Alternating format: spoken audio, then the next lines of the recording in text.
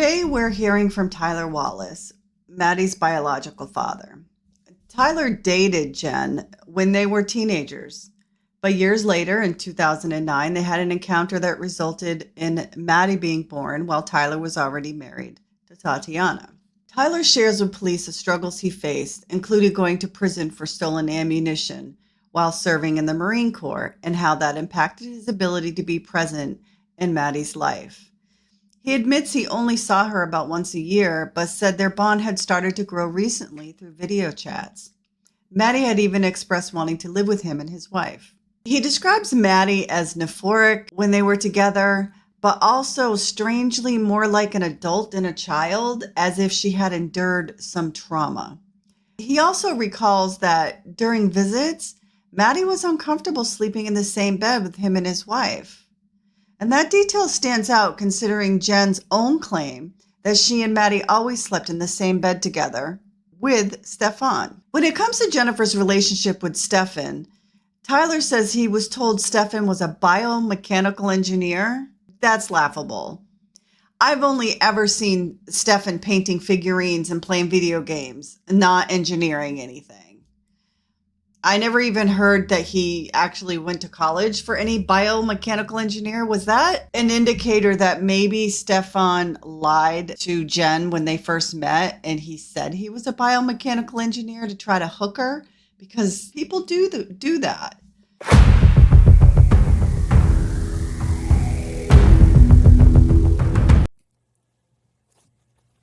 The date is March 11, 2024. The time is 2:02 p.m. It's a reference case number 24001896. Person present are myself, Detective Morris, Detective Smallwood, and we're going to be calling Tyler Wallace, who is the biological father of Madeline Soto. Phone number we're calling him at.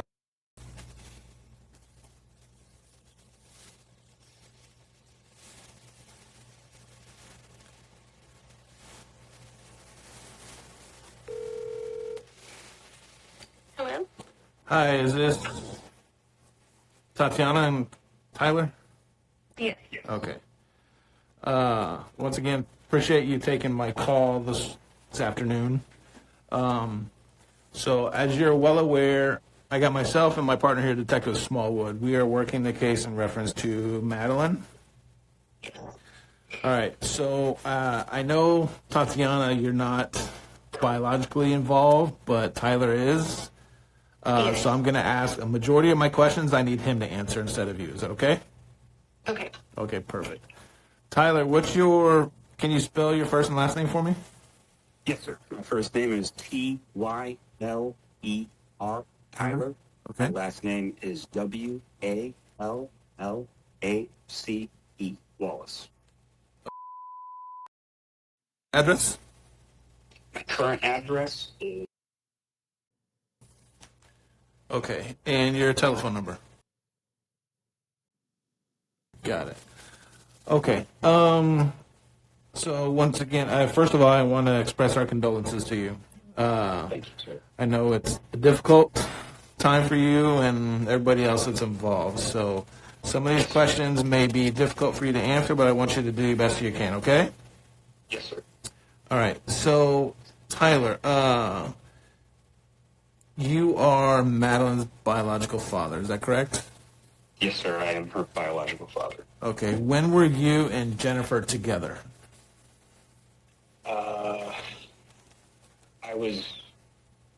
Are you asking our physical time or like relationship time? Yeah, relationship time. We dated when I was 16. I believe we were together for roughly 3 years. And then we ended up having an encounter in 2009 from which Maddie was born. Okay. We were not together at the time. I was with my wife. We were engaged. Well, we weren't engaged yet, but it was in that time. Got it. Okay. Were you in Florida here, or where were you guys at? I was at the time of our dating, so when I was 16 years of age and such, we would have been in Florida around Orlando and Kissimmee. Okay. I was living with my parents at the time. She was living with hers. At the time of our second encounter in 2009, I would have been stationed, I believe, in Baltimore, Maryland, doing training, and then in Kings Bay, Georgia Naval Base is where I was stationed for my duty station, and I encountered her there. Okay. Did she live up there or just come to visit? How did that come about? She was visiting. Our initial encounter in 2009, she was living in New York with her father at the time. I had just gone through boot camp, and we had connected, I believe, on MySpace. And then she ended up visiting me and a group of my Marines around November, and I only know it was that time because it was around the Marine Corps ball, so I have something to tie it to. I'm actually pretty wishy-washy with time, but that was around the period that our encounter would have occurred. Got it. I'm sorry, I lost my train of thought. Can you reframe or if I answered that, let me know. Yeah, you're good. So you guys weren't actually dating at the time she was conceived. Is that correct? Yes, sir, correct. Okay. How much involvement have you had in Maddie's life? I have tried to maintain civil connections with the mother. I would say prior to the last 2 years, I normally got to see my daughter about once a year. But I was involved in a legal case in which I had to go to prison for 2 months due to some stuff that occurred in the Marine Corps in 2009. The short version of the story there is that I had some friends, in air quotes, who stole ammunition from the government. And then when an investigation came out from that, I was contacted by NCIS. I rendezvoused with them. I provided information. And then due to the nature of the case, I was required to spend 2 months in prison in the federal detention center in Houston, Texas. And I just never financially recovered from that. So it's like, it was 2 years since I got to see Maddie. And the last time I saw her was October of last year. And where were you then? Did you come to Florida or? She came to Texas. Maddie was sent to visit us in Texas. She traveled unattended. I received her at the airport. Okay. How would you describe the relationship between you and Jennifer right now? I am not contacting Jennifer, and I desire to receive updates outside of the family. All the information I have regarding my daughter has been passed to me through her family, and I just... But I get that. But what was your guys' relationship leading up to all of this? I tried to talk with Jennifer as little as possible. There was a period when Maddie was first born that Jennifer seemed pretty intent on breaking up my marriage with my wife, and so in the nature of making everybody happy, I just talked to Jennifer as little as possible, which is why I had so little contact with Maddie growing up. I only just recently started reaching out to Maddie through like Skype and stuff, where she was able to, or not Skype, excuse me, what did we use? I think we used like Instagram or FaceTime, but we would use like video chats and voice chat to start talking. And so I was starting to get a deeper relationship with Maddie, and then this occurred. Okay. So you say you contacted her through social media. What do you list yourself on different social media accounts? What is your screen names? My screen names? Yeah. Usually my screen names will all be a variation of my email. I can give you my email, but it's going to be CPTHRDCR. So most of my screen names are like a variation of that with like a 13 behind it. But I have on Facebook, it just says my normal name. I believe Instagram, I come up as like CPTHRDCR13. I'm not 100% sure that I'm bad at managing all of my social media accounts. I'm walking through like half of them right now. Okay. All right. All right. So you said you and Jennifer, you haven't had that cordial relationship. So, but you started with... I would say our relationship has been cordial, but it is a surface level cordialness maintained on our side to guarantee access with Maddie, because I was never able to afford to go to court to get my custodial rights established with her. Okay. And you said you started reaching back out to Maddie last year on a more consistent basis? Yes, sir. She was coming up on the age of 13, and so the last time I had stayed, when she had visited us in October, I was basically talking to her about how she would feel about coming to live with us in Texas, that was something she would be interested in, and she expressed that she would be interested, but she didn't say why or what. We just kind of left it at that, and it was something I was going to talk to Jennifer about, but just hadn't yet. Okay. How was Madeline when she come to see you in October? She seemed to be in very good spirits, but a thing I kept saying was that I don't know if this will make sense to you, but I can give you the context if you need it. She reminded me of a character from a show called Euphoria, in the sense that there was just an emotional weight about her that I did not understand what was the cause. It just seemed like she was dealing with stuff that a 12-year-old girl shouldn't deal with, but I didn't get to see her enough to really pry, and so I was just trying to ask her like surface level comfort questions to build a relationship with her, but I had no clue anything was going on at that time. Got it. How long was she out there visiting you? She was with us for 4 days in October. Okay. Have you talked to her since October? I had a couple of Instagram communications with her since then. I talked to her, I believe, once or twice on video chat. And I can't remember the exact dates, but I have, just so you know, I have left all of my social media untouched since the search turned into a verification that she was in fact dead, just in case any of my social medias can be useful to you guys. Okay. At the end, I'm going to give you my email address. If you can just send me screenshots of your conversations with Maddie or any that you may have had with Jennifer. Yes, let me write that down real quick. Screenshots of conversations with Maddie or Jennifer. Yeah.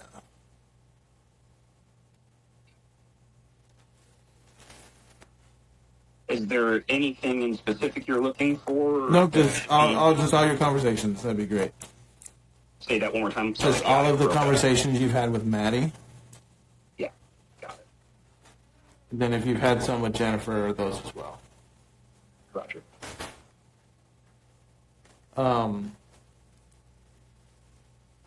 So how did you come about to hear what happened with Maddie? It was, hold on, let me pull up my phone so I can find the exact day. Give me 1 second.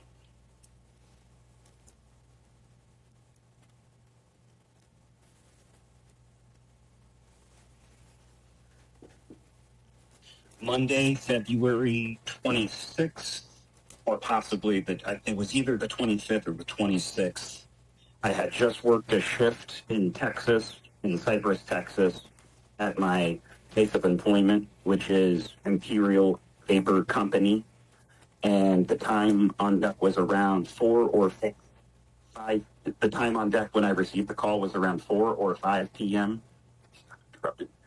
Jennifer called me and said that she had been informed by the school that Maddie never arrived at the school that day. And I asked Jennifer what she knew at that moment. She seemed distressed, but I told her, because she was trying to give me a bunch of stories about who had taken who where, and I said, I don't care about details right now. I need to know what you know. Where is Maddie? She did not know. And I said, how long has she been missing? And she said, since this morning. And then I said, okay, I need you to get in contact with the police department if you haven't already, and I would like you to continue to update me. And then she said, okay.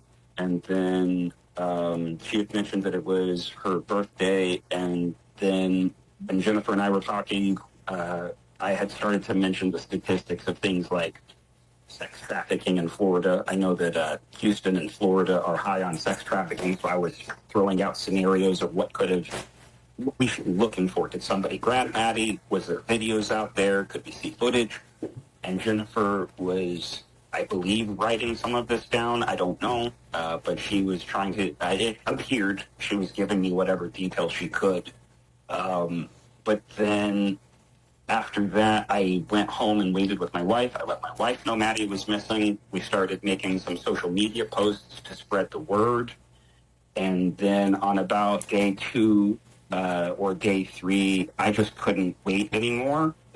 In Texas, I felt really hopeless, and so I let Tati know that I was going to drive down to Orlando, Florida, which I did. I drove to Orlando, Florida, and I'm not sure which day I drove down. It was the third day after I found out, though.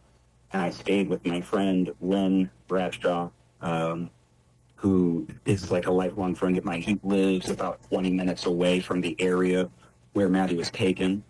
I can pause now if you have any questions, or I can keep going. No, you keep going. Fresh in my mind, though. Yeah, keep going.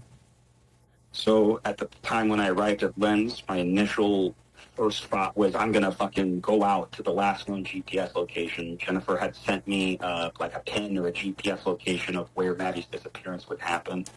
And at that point, Lynn and I had basically discussed the pros and cons of going to look for myself. The pros being that it would make it feel like I was doing something. The cons being that I really had no idea what I was looking for. And then that's when we started seeing like Twitter posts from the Kissimmee and various police departments saying, please do not engage in any public searching. We are currently working on this. And so I feel like I just knew in my heart that shit was going bad. I was staying with Lynn to help me kind of keep my emotions in check and just watching social media, refreshing every so often to see if any news articles had come out. A bunch of my friends flew in from out of town, so I was visited by Josh Losey, who flew in from Indiana. He's been friends with me as long as Lynn.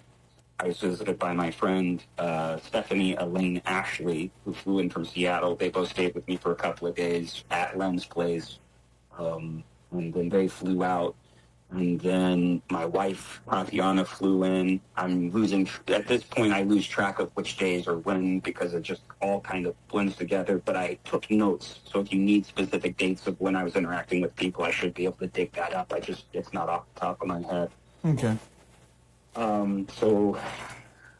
Did you have any, I believe it was the night I arrived at Florida that Lynn and I got confirmation that Stefan, and that he had been arrested, and that there was sexual abuse tied into this whole thing. And how did you hear that I news? remember when I had been trying to not listen to the news. So I'm not sure when I actually finally concluded that Maddie was dead. I can't remember if it was reading an article or if I had gotten a call. Maybe you called me. I don't really remember who told me. I just remember kind of the day that it happened. Okay, how did you hear the news about him being arrested? Did Jennifer tell you, or did you see it on the news? I was informed of Stefan being arrested by Tati. Who told you? And then the news told me. Okay. Press conference. All right. When you were here, did you and Jennifer see each other? The only time I saw Jennifer was when I made an appearance for, I'm not sure if it was an official funeral, but I have pictures from the location and the name of the funeral house. It was a funeral house. They say that Maddie is going to be cremated in the next couple of weeks, but there was a closed casket that Jennifer's family was there, and I arrived with my separate party.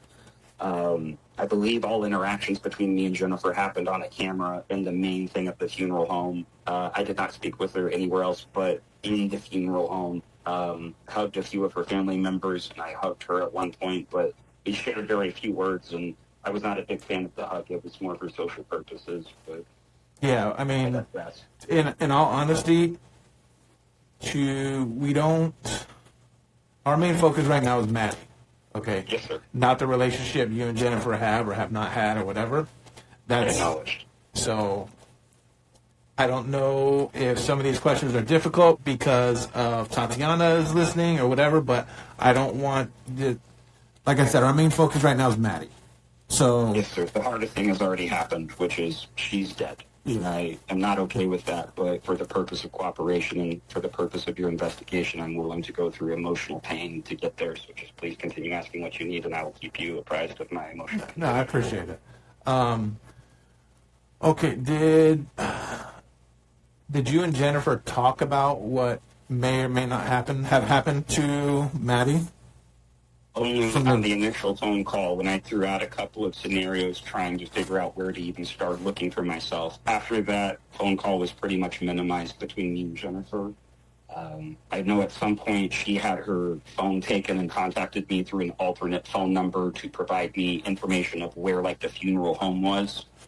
So I was in text communication with her infrequently throughout my stay in Orlando for, like, stuff like that. I have attempted to comfort her before I realized that Maddie was dead, but that I don't think I was in Florida. I was over the phone when I was like, hey, this isn't your fault, that kind of stuff. Uh-huh.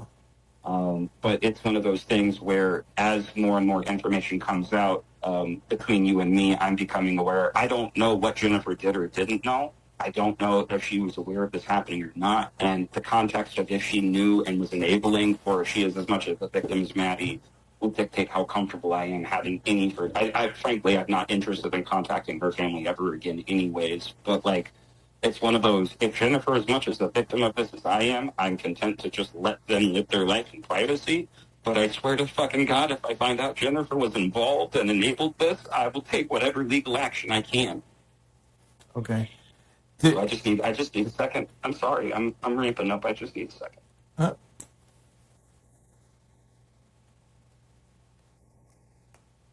Okay, I'm sorry. That's okay. Do you think it was normal for Jennifer to call you when she went missing? Or did that seem kind of out of the blue because you guys haven't had much communication? Jennifer almost never tells me anything. I think the only reason she told me is because she realized that I was going to find out eventually. Okay. But I can't confirm or deny that. That's just me speculating. Okay. Has she told you in the past what any issues that Maddie may have had or has not had, like parenting stuff? Or about 2 years ago when I was in prison is when I heard that Maddie had received a diagnosis for autism, which is something that I always thought that maybe I dealt with, autistic traits that I have. And the short version of the story here is I believe my daughter did not have autism, and I believe I don't have autism. I believe we have autistic traits that are symptoms of PTSD, and realizing that it wasn't a genetic autistic trait that I passed on to Maddie, it was probably her having similar developmental conditions that I had as a child that I was recognizing in her. Mm. And that's real fucking hard to deal with, man. Okay. I wish I had seen the signs, but I just didn't. I was just trying to get a relationship with Maddie on the back end. I've been so patient waiting to have my turn with my little girl. And then this shit happens and I just don't know what to think. I'm just processing. I don't know what to do. I don't know what to do. All right. Have you ever met Jennifer's boyfriend, Stefan? I don't think so. I think I've only ever seen pictures of him on Instagram. I'm trying to remember that. I didn't remember when Stefan came into Jennifer's life, but I've done some research on Reddit, and according to a local post that I found, it looks like he may have entered her life around 2018, which I would have still been in Kansas at that time. I do remember talking to Jennifer about Stefan and being like, hey, I'm low-key uncomfortable with you just bringing a guy around my kid, but that was one of those things where it's like I didn't really feel like I had a choice. I didn't really feel like I had a say. Jennifer always seemed pretty comfortable with Stefan.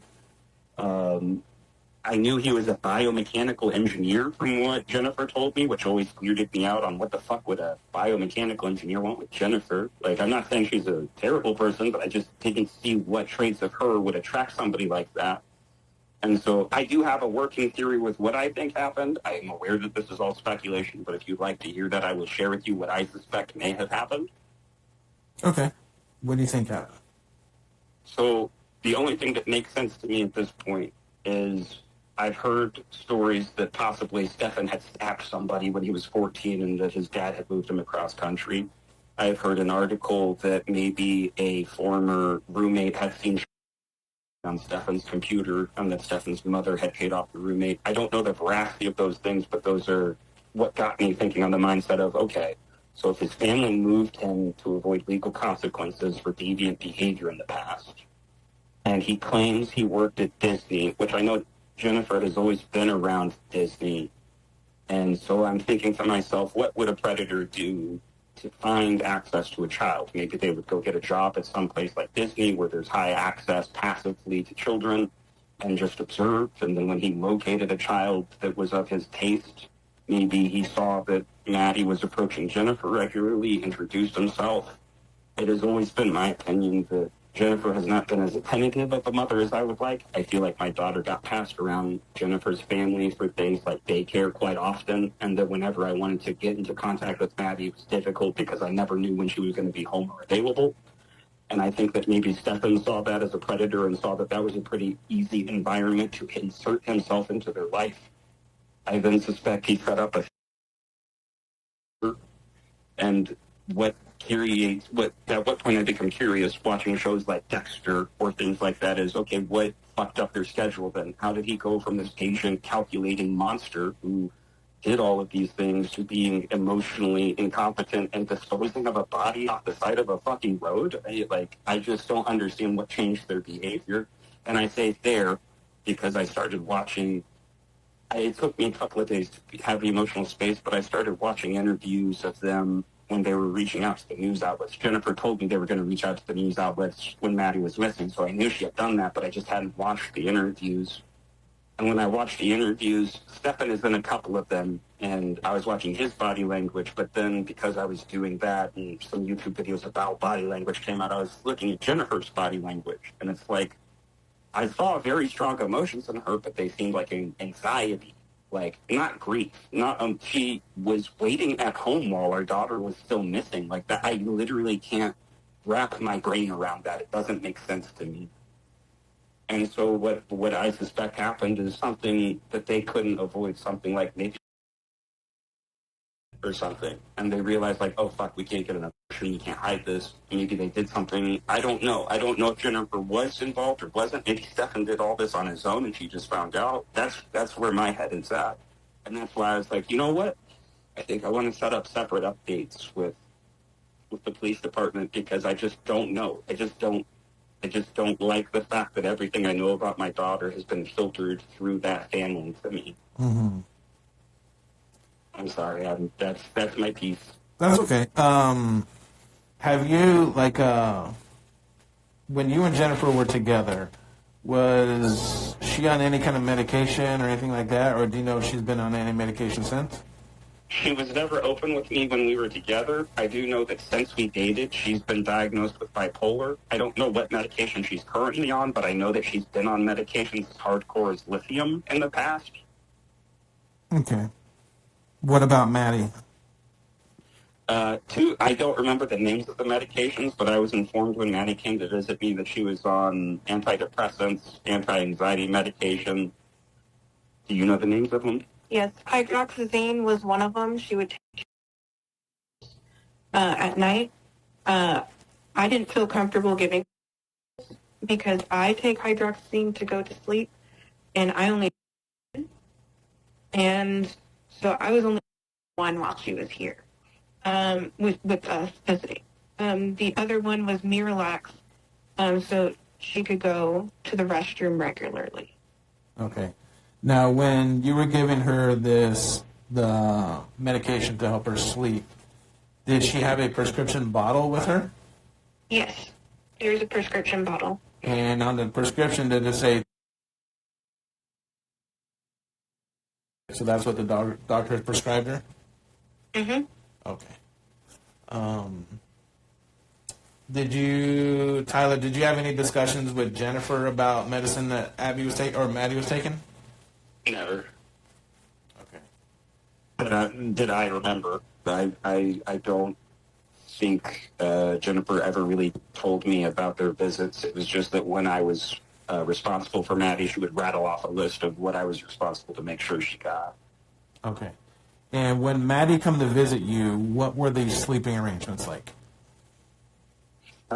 Maddie slept in the bed with Tofty. I wanted to sleep with them and kind of make a little Maddie sandwich, and she was not very keen on that idea, so she made sure that I slept on the couch.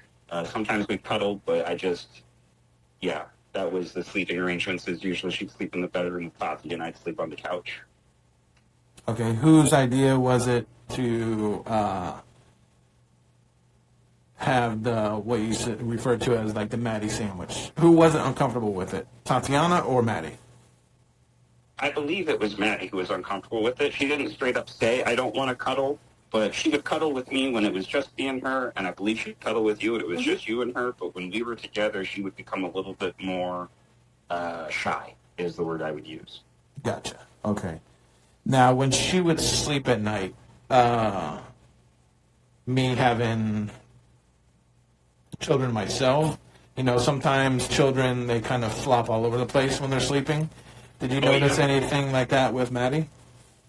Yes, I will say I also sleep like that, and Tati had commented on how Maddie sleeps just like me. I very much thrash a lot, and Maddie was a kicker and a mover and a thrasher.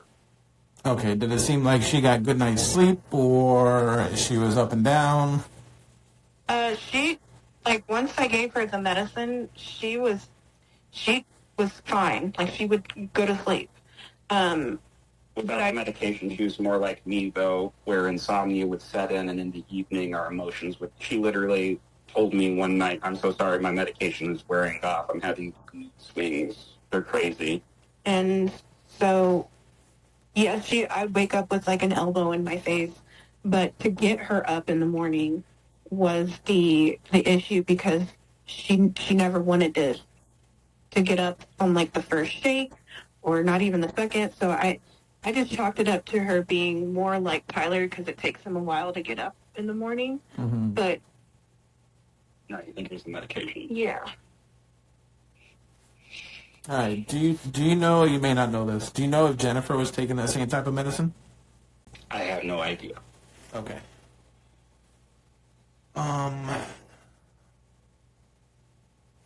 Does she talk about her relationship with Jen and her relationship with Stefan? I asked her if her mother and Stephen were still together, and she says no, they're not together. She, loved her mom, because every time I would make a little bit of a snarky comment, she would correct me and say everybody's beautiful in their own way. And we never really talked about Stephen when she was around, just to say that they weren't together. How was her demeanor when she answered that? It was well, they're not together, whatever. This. Call that dismissive. Dismissive, yeah. Okay, so upset or angry or just kind of how would Kind you... of emotional reaction? Did she seem like she was uncomfortable? Did she seem how did she seem? She just seemed like she was just casually talking to me. It wasn't a angry emotion or anything like that. Kind of the problem is I would ask surface level questions on if she was happy, but she always answered pretty vaguely, and so I just truly never knew anything was wrong. Sorry, go ahead. I'm talking. I didn't mean to interrupt you. So she was just kind of just dismissive, we were just talking, oh yeah, they're not together anymore. And I'm okay. Okay. I know hindsight is 2020, and you guys kind of only had a couple interactions with her yearly. But did you see any change in her personality over the last couple years? Do you anything that stands out? I felt like the last time we met in October was the only time we ever really saw each other, is how I would describe it. When I'm being metaphorical when I say I saw her for the first time and she saw me for the first time, and we really felt like we connected. Other than that, it's always been she hasn't felt I'm sorry, this is just father talk. It's I've been watching her grow, but she hasn't felt like a whole person with her own questions and curiosity and motivations until the last time I saw her. She seemed like more an adult than a child. And it's not that it bothered me, it's just that it made me curious on what caused the sudden change in growth. She went from being a silly little girl to being what I would describe as a Euphoria character, which Euphoria is a show all about kids who are dealing with crazy levels of trauma. Mm-hmm. You're referring to the show with... I think her name is Zendaya. Zendaya, yes. Okay. And I watched that show recently with my wife, and then when my daughter came to this, I couldn't stop thinking about that show.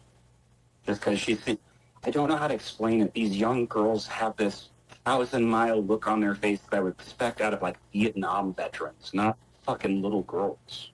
Like, I'm not saying that there wasn't trauma there. I'm saying as a man who has experienced trauma, that's what confuses me, is how so many young girls have that look in their eyes of like. How often did you have contact with Maddie prior to October? How often? It was infrequent, unfortunately. I struggle with ADHD, and so did Maddie. And what that looks like for us is really bad time blindness and realizing you haven't talked to people for months and then reaching out awkwardly and trying to. I mean, I would text her.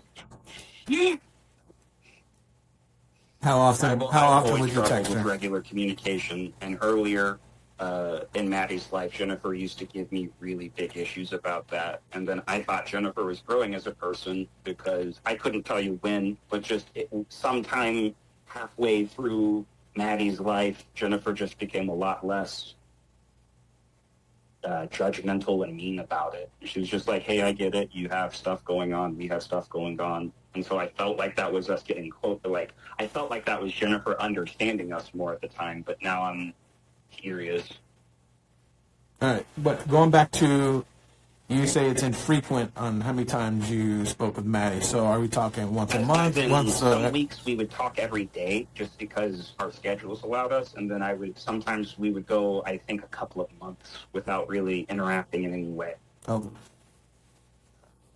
And that was pretty typical of our relationship. Just very high intensity communication for a time, and then kind of dormancy. Gotcha. Okay.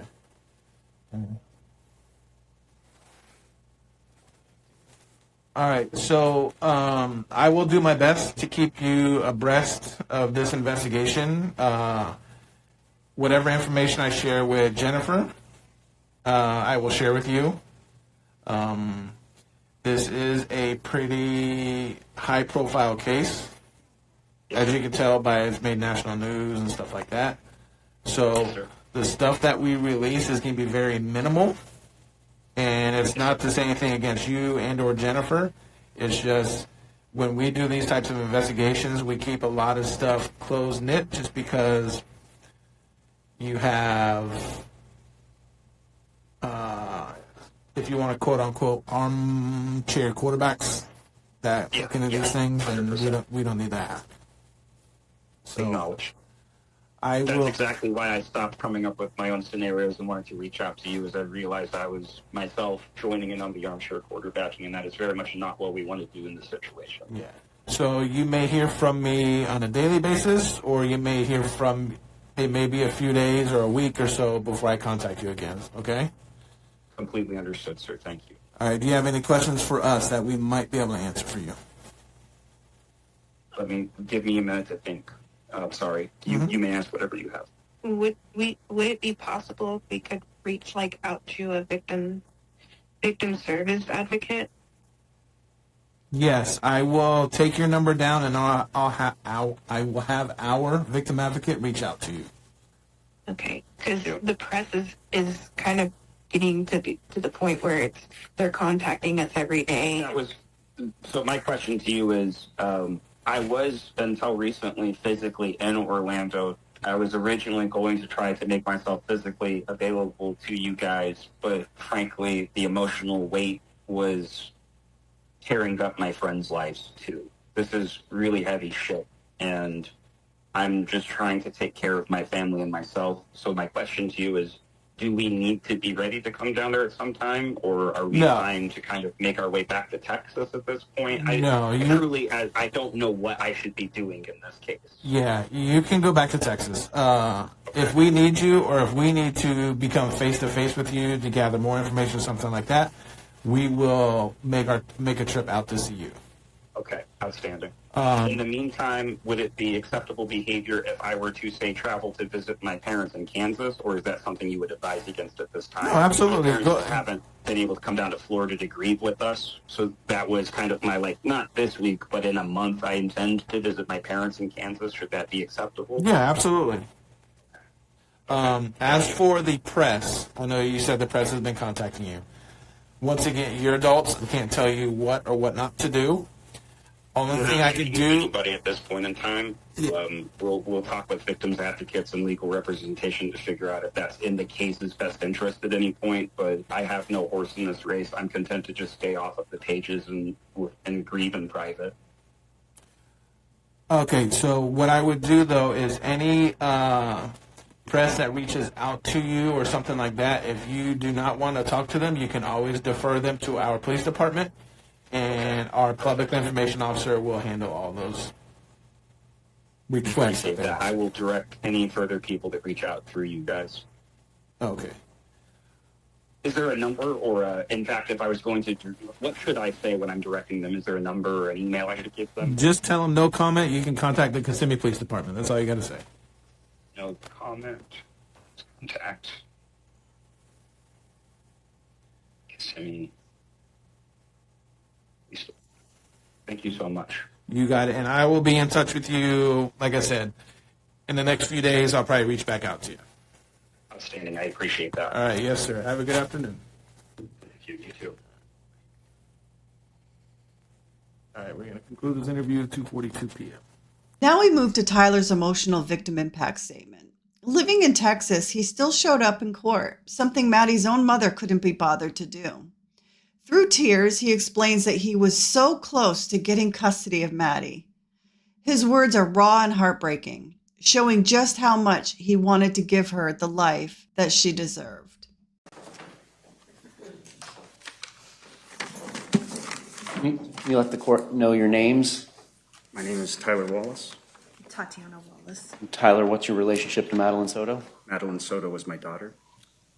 Go ahead. Madeline Soto was my daughter. She was happiness. She was a joy to be around. She was quirky and intelligent. She was curious. A little forgetful like me too. That happens sometimes, but I just loved her so much. And I was not able to be in her life as much as I would like to, due to circumstances and choices I'd made, due to the way finances worked. I was strained in my relationship with my daughter, and that was finally getting better. The last time I saw her was in October of 2023, and she had come to visit for a few days. And when I took her back to the airport, I said, you know, you're turning 13 soon. When you turn 13, you have a choice of which guardian you're interested in staying with. Would you like to stay with me and talk to you? And she said yes, that she would. And so I was this close to having my little girl, sir. Because of the actions of this depraved man, I will never meet the woman she was becoming. And I can't grasp it. I can't grasp the selfishness of you, the deplorability of your actions. You're depraved. You're weak. You're a coward. You're a sneak thief. You crept into a family and took advantage and exploited them when they were weak.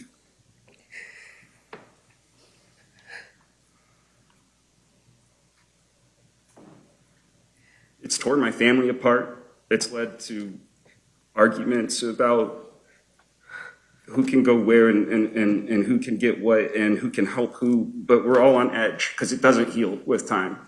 This isn't like other deaths that I've experienced. This just gets worse. It just gets worse every time I rethink about it and the true horror of what this man visited upon her. And I can only hope that he lives a long time in prison and has those same horrors revisited upon him by his fellow inmates. Thank you. Tyler acknowledges his relationship with Maddie was sporadic, but he was trying to build a future with her. He makes it clear if Jennifer is ever found to have played a role in Maddie's death, he will pursue every legal avenue against her. What comes through in his words is both the weight of regret for lost time and the unmistakable love of a father who wanted more for his daughter. I just want to say thank you. Nothing more, no play. I appreciate